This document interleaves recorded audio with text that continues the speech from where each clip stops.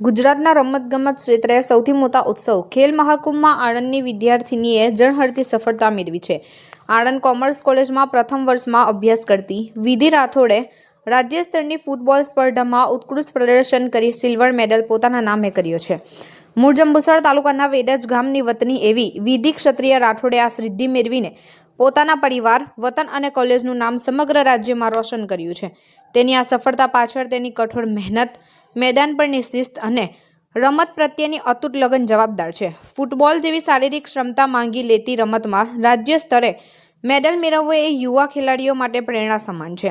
શૈક્ષણિક સંકુલમાં હર્ષની લાગણી વિધિની આ નોંધપાત્ર સિદ્ધિ બદલ આણંદ કોમર્સ કોલેજ પરિવારમાં ભારે આનંદ જોવા મળી રહ્યો છે.